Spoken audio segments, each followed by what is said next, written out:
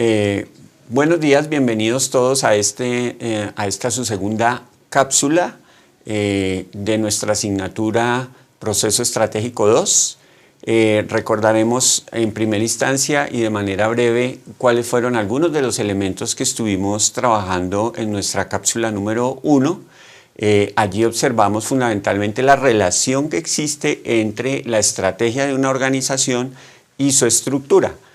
Veíamos cómo a partir de una propuesta y de una investigación que realizaba un señor de apellido Chandler, Alfred Chandler, quien nos mencionaba que la estrategia, digamos, va en primer lugar y la estructura responde.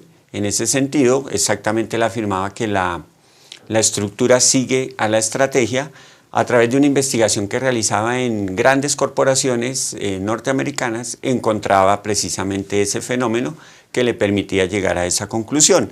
A partir de ello, entonces, nosotros revisábamos cómo las diferentes organizaciones van adecuando su estructura en términos de lo que están buscando, en términos de la estrategia a la que le están apuntando, en términos de los objetivos que están persiguiendo estas organizaciones.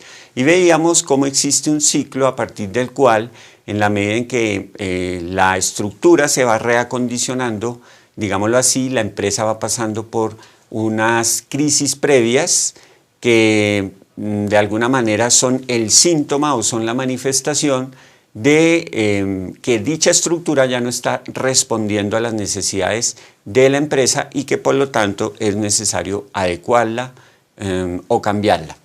En tal sentido, también observábamos que existen diferentes maneras de dividir el trabajo, de asignar recursos por parte de las organizaciones, y es así como veíamos que algunas organizaciones privilegian sus necesidades internas y entonces se acomodan a una estructura de tipo funcional, mientras que otras organizaciones privilegian los fenómenos del afuera, los fenómenos externos, de tal manera que deciden organizarse bien sea en función de los clientes, en función de los mercados, en función de los productos que ofrecen o de los servicios, y obviamente entonces acondicionan su estructura a esas necesidades que el entorno les está planteando.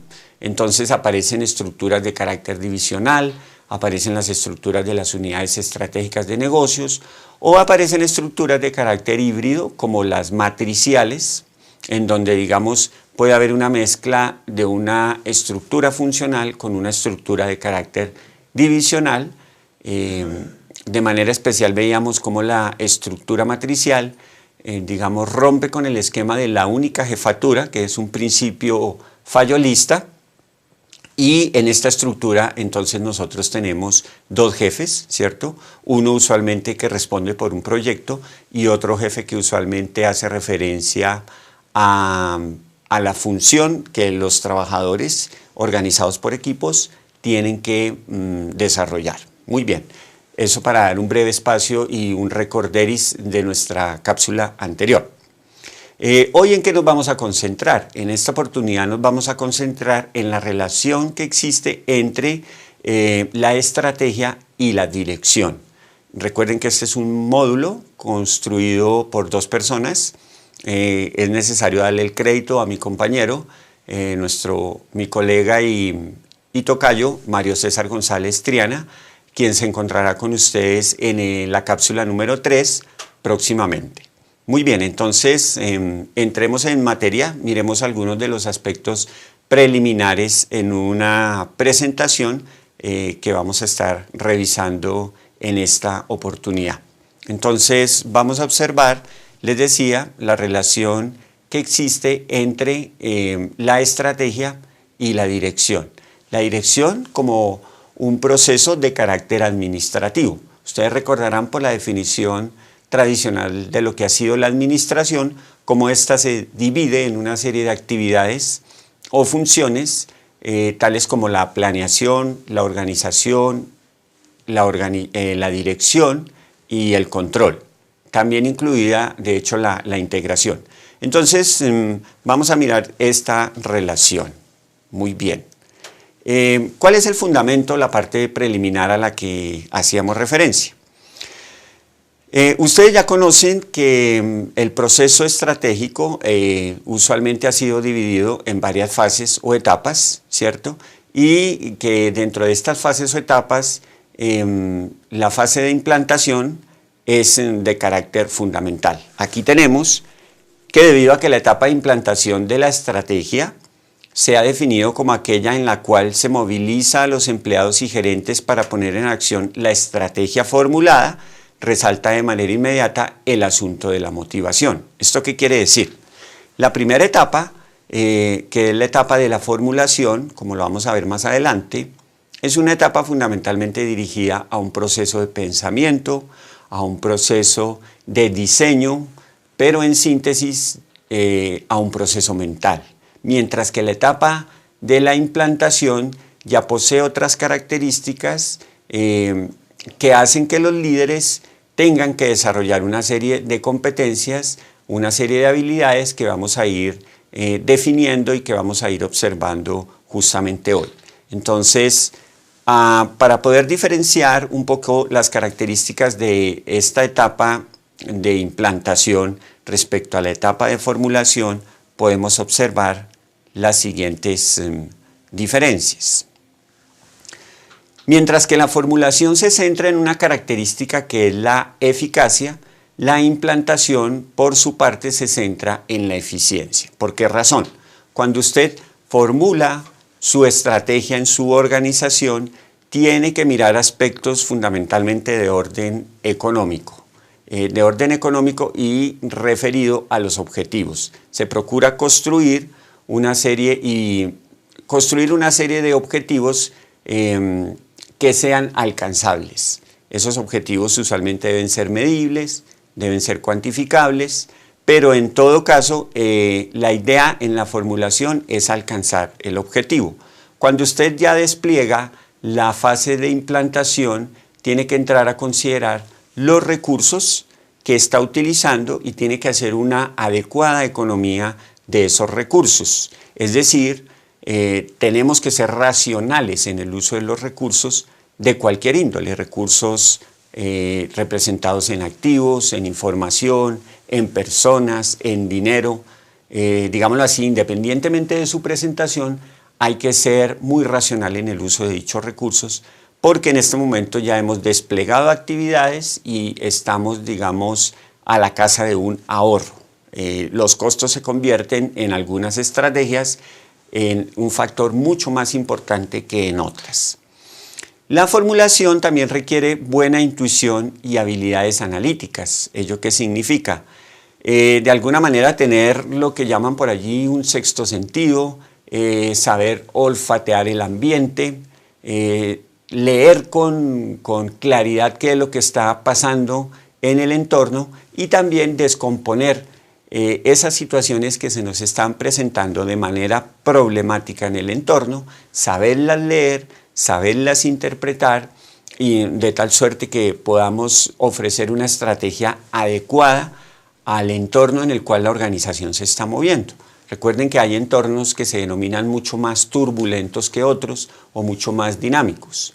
Una empresa, por ejemplo, del sector de las telecomunicaciones, una empresa que desarrolla actividades bursátiles, tiene una dinámica mucho más ágil que otro tipo de organizaciones dedicadas a otro tipo de negocios, bien sea porque el sector es mucho más estable o porque la misma actividad del negocio así lo plantea.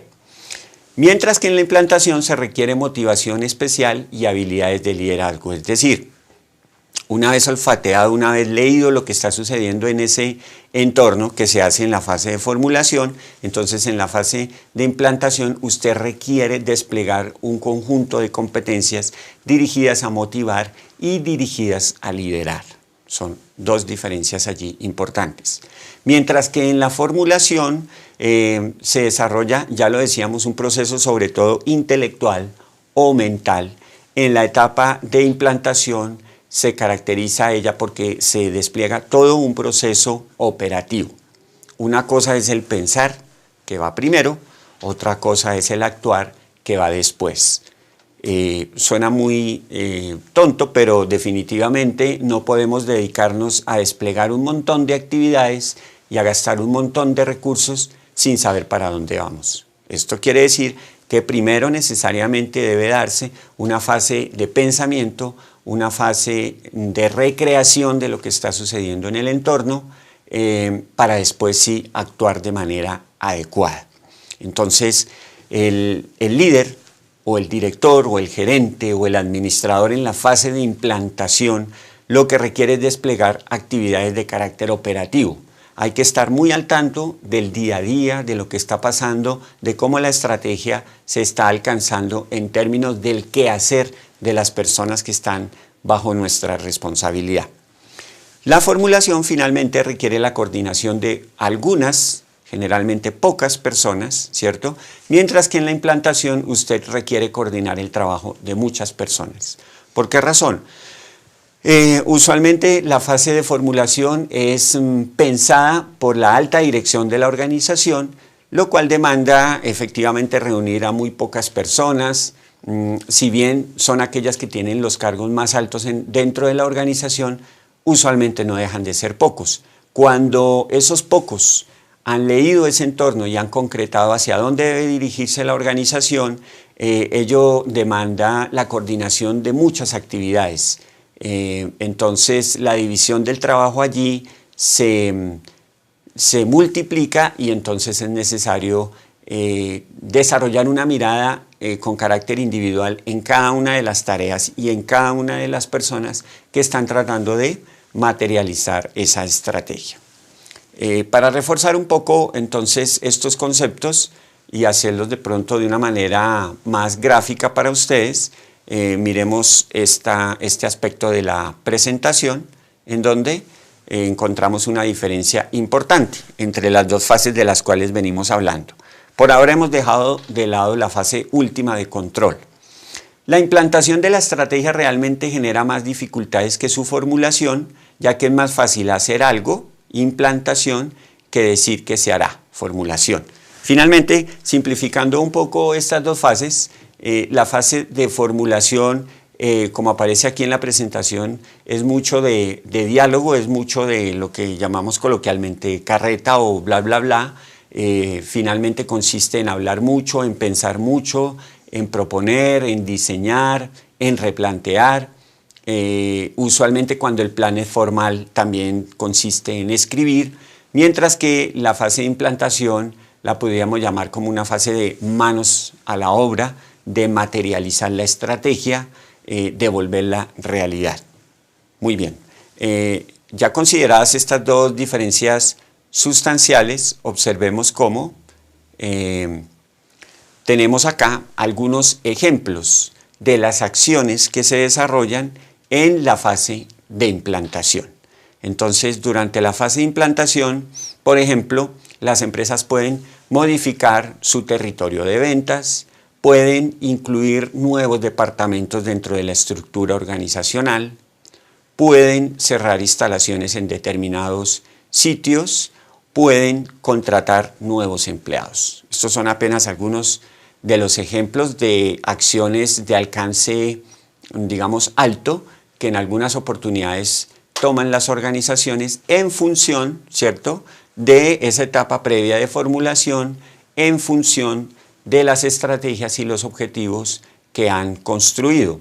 Se puede modificar un territorio de ventas, a manera de ejemplo, ampliándolo o reduciéndolo, ofertando más productos, cerrando ciertas líneas, dejando de ofrecer ciertas referencias, bien sea porque ese mercado que antes era muy amplio, ahora la empresa ha decidido concentrarlo. Repito, todo dependiendo de la estrategia que la organización esté desarrollando. Si tenemos una estrategia, por ejemplo, de encogimiento, ello significaría que hay que salir de cierto mercado, de cierto sector, y entonces allí modificaríamos el territorio de ventas, obviamente hacia el cierre. Tenemos también la inclusión de nuevos departamentos en algunas oportunidades. Las empresas a veces demandan a manera de crecimiento nuevos departamentos que apoyen esa gestión de carácter estratégico. A veces se decide iniciar actividades con un departamento de investigación y desarrollo, dado que es necesario mirar nuevos productos o hacer transformaciones sustanciales a los productos que ya la empresa viene ofreciendo, cambiar su empaque, cambiar su presentación, cambiar su diseño, cambiar sus características. Entonces, en estos casos es necesario a veces crear un nuevo departamento de investigación y desarrollo que hoy en día también está muy asociado con el fenómeno de la innovación, ¿no? Hay ya departamentos de investigación, desarrollo e innovación. Podemos entonces también contratar nuevos empleados y esa contratación de nuevos empleados usualmente va asociada con la búsqueda de nuevas competencias en la medida en que la estrategia así lo demande. Entonces, no se trata de pronto en algunas oportunidades de hacer más de lo mismo, sino que si la empresa ha decidido incursionar en unas nuevas actividades, seguramente ello demandará también competencias diferenciadoras en las personas que nosotros estemos contratando. Entonces, estas, digamos, mega actividades se van desarrollando en la medida en que la estrategia y su implantación así lo vayan proponiendo. Muy bien. Digamos que en los procesos de carácter estratégico, observando la estructura de la cual también hablábamos en una oportunidad anterior, las responsabilidades a nivel de esta estructura se van escalando. Por eso aquí hablamos de la importancia de la participación de todos los niveles en la formulación de la estrategia. ¿Esto qué significa?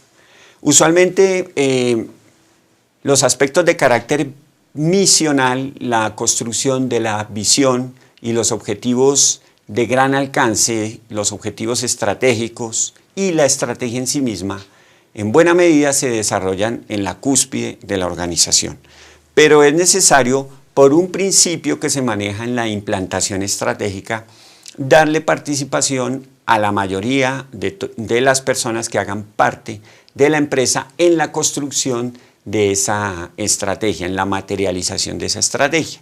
Entonces, en esta presentación mostramos cómo las responsabilidades se van escalando por la estructura de arriba hacia abajo, significando con ello que lo que en la parte superior de la estructura es un plan, es una idea, es un objetivo, si se quiere es literatura finalmente o es teoría, tiene que irse escalando hacia abajo, descendiendo por esa pirámide para que en la medida en que va descendiendo se vaya materializando. Muchas de las actividades finalmente terminarán desarrollándose en la base de la pirámide. Muchas de las actividades las van a terminar ejecutando empleados no necesariamente administrativos. Para ello es muy importante desarrollar una alta dosis de comunicación y de participación entre todos los trabajadores, de tal suerte que las personas sientan efectivamente ese compromiso, sientan efectivamente lo que algunos han denominado el contrato psicológico con la institución, el ponerse la camiseta. Por eso todas estas actividades encaminadas a motivar a los trabajadores, a dirigirlos, a ganar su compromiso, a que se sientan en un clima organizacional agradable, son características y son actividades propias de la fase de implantación de la estrategia. Allí es donde se despliegan las funciones de dirección en su mayor grado, porque justamente necesitamos alcanzar los objetivos con todos. Las organizaciones no alcanzan sus objetivos ni materializan su estrategia solamente mediante la actividad de los que están en la alta dirección. De hecho, si eso fuera así, pues no se requeriría la estructura organizacional. Nosotros construimos organizaciones porque sencillamente hay actividades que no podemos hacer ni alcanzar solos. Usted se afilia con alguien, se asocia con alguien cuando los objetivos no los puede conseguir solo. Por lo tanto, cuando existe una organización, y estas llegan a ser muy complejas, hay organizaciones de 300, 400 mil trabajadores a nivel global, pues esto demanda un esfuerzo ingente en materia de comunicación, en materia de participación de todos. Las personas hoy en día se motivan más cuando sienten que sus opiniones son escuchadas, que su palabra es tenida en cuenta en el proceso de construcción de la organización y de alcance de los objetivos. Por ello es necesaria la participación. Las personas operamos de mejor manera cuando se nos dice el por qué y el cómo, no solamente cuando se nos dan instrucciones sin darnos razones de por qué hay que hacer esto o aquello. Ese es el secreto de la participación y un componente fundamental en materia de motivación. Muy bien, entonces eso nos explica un poco la pirámide a la cual estamos haciendo referencia y en ese sentido vamos a mirar cómo existen tareas dentro de esta etapa de implantación de la estrategia que son fundamentales. Aquí tenemos algunas y la presentación nos dice que para implementar la estrategia la gerencia debe, entre otras cosas, hacer las siguientes: establecer unos objetivos anuales, diseñar políticas, asignar recursos, modificar la estructura, diseñar recompensas e incentivos, propiciar el cambio y generar cultura. Miremos algunos de estos elementos. Por ejemplo, el establecimiento de objetivos anuales. El establecimiento de objetivos anuales propende por desglosar esa estrategia, por volver la estrategia de largo plazo, bajarla a un nivel táctico y a un nivel operativo. Cuando usted establece objetivos anuales, obviamente esos objetivos anuales tienen que estar apuntándole a los objetivos de carácter estratégico o de largo plazo con los cuales la empresa se ha comprometido. Los objetivos anuales, al desglosar las actividades a desarrollar, le dan un norte mucho más concreto a las personas y le dicen qué parte le corresponde a cada una de ellas en el alcance de los objetivos generales. Bien sea en un departamento comercial, a través de la ejecución de un presupuesto, a través del alcance de una mayor cobertura en un mercado, bien sea en un área de producción, a través del incremento en las unidades a producir. Podemos, digamos, desarrollar diferentes ejemplos, pero en todo caso, cuando los objetivos se ponen en términos de tiempo, esto le permite a las personas organizar de mejor manera su trabajo y racionalizar de mejor forma los recursos con los que cuentan para alcanzar esos objetivos. Las políticas, ¿por qué? Las políticas las podemos definir como guías para la acción. Entonces, las políticas ayudan en ese sentido a las organizaciones. Las políticas le contribuyen a las personas que tienen que tomar decisiones, les facilitan el trabajo, les allanan el camino, en tanto los orientan frente a determinadas situaciones, sin ser muy específicas, dan un norte o, digamos, facilitan la toma de decisiones a la persona encargada. Y también expresan de alguna manera los valores de la organización. Podemos encontrar políticas a diferentes niveles, en el área de gestión humana, políticas comerciales, políticas de compras, etcétera, etcétera. Pero sí es indispensable que en todo caso las personas, cuando hacen parte de una organización, se apoyen en las políticas para justamente la toma de decisiones. Asignar recursos. Recuerden que en nuestra primera cápsula hablábamos acerca de que los recursos se asignarán en función de las prioridades que la estrategia determine. De tal suerte que hay ciertas áreas en la empresa a las que se les asignan más recursos que a otras.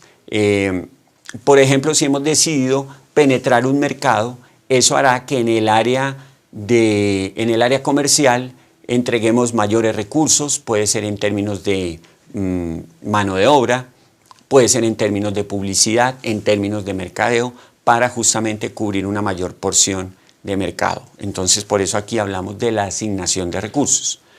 A veces, ya lo hemos repetido en varias oportunidades, es necesario modificar la estructura de la organización.